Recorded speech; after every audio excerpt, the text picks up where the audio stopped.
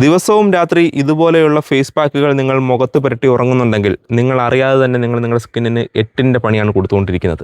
ഇതുപോലുള്ള നമ്മുടെ ഈ ഒരു ഫേസ് പാക്കുകളാണെങ്കിലും ഇനി അതെല്ലാം മറ്റു മോയ്സ്ചറൈസേഷൻ ക്രീം ആണെങ്കിലും എല്ലാം ഒരുപാട് പേര് ഉപയോഗിക്കുന്നുണ്ട്. നമ്മൾ ഒരിക്കലും ഒരു ഫേസ് പാക്കിനെ അല്ല നമ്മൾ കുറ്റം പറയുന്നത്, അല്ലെങ്കിൽ ഒരു ഫേസ് ക്രീമിനെ കുറ്റം പറയുകയല്ല. നമ്മൾ ചെയ്യുന്ന മണ്ടത്തരത്തെക്കുറിച്ചാണ് ഞാൻ പറയുന്നത്. എന്താണെന്ന് വെച്ച് കഴിഞ്ഞാൽ നമുക്കറിയാം, നമ്മൾ സ്ഥിരമായിട്ട് ഇപ്പോൾ ഈ ഒരു ടാൻ പോകാനാണെങ്കിലും വെളുക്കാൻ വേണ്ടിയിട്ടാണെങ്കിലും മറ്റ് സൗന്ദര്യവർദ്ധനത്തിന് വേണ്ടിയിട്ടാണെങ്കിലും നമ്മൾ രാത്രിയിൽ എപ്പോഴും എല്ലാവരും രാത്രിയിലായിരിക്കും മുഖത്ത് ഈ ക്രീമുകൾ തേക്കുന്നത്.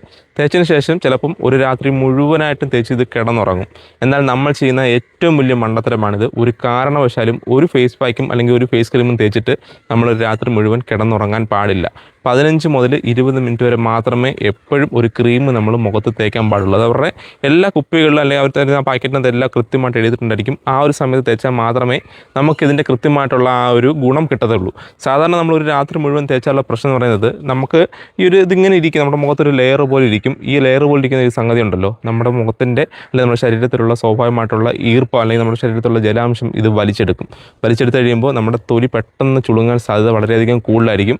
അതോടുകൂടി തന്നെ നമ്മൾ ആദ്യം പറഞ്ഞിട്ട് 8ൻ്റെ പണിയായിരിക്കും നമുക്ക് കിട്ടാൻ പോകുന്നത്. അപ്പം ഒരു കാരണവശാലും നമ്മൾ ഈ പറയുന്നതിൻ്റെ കൂട്ടുള്ള ഈ ക്രീമുകൾ തേച്ചിട്ട് ഒരു രാത്രി മൊത്തം കിടന്നുറങ്ങരുത്.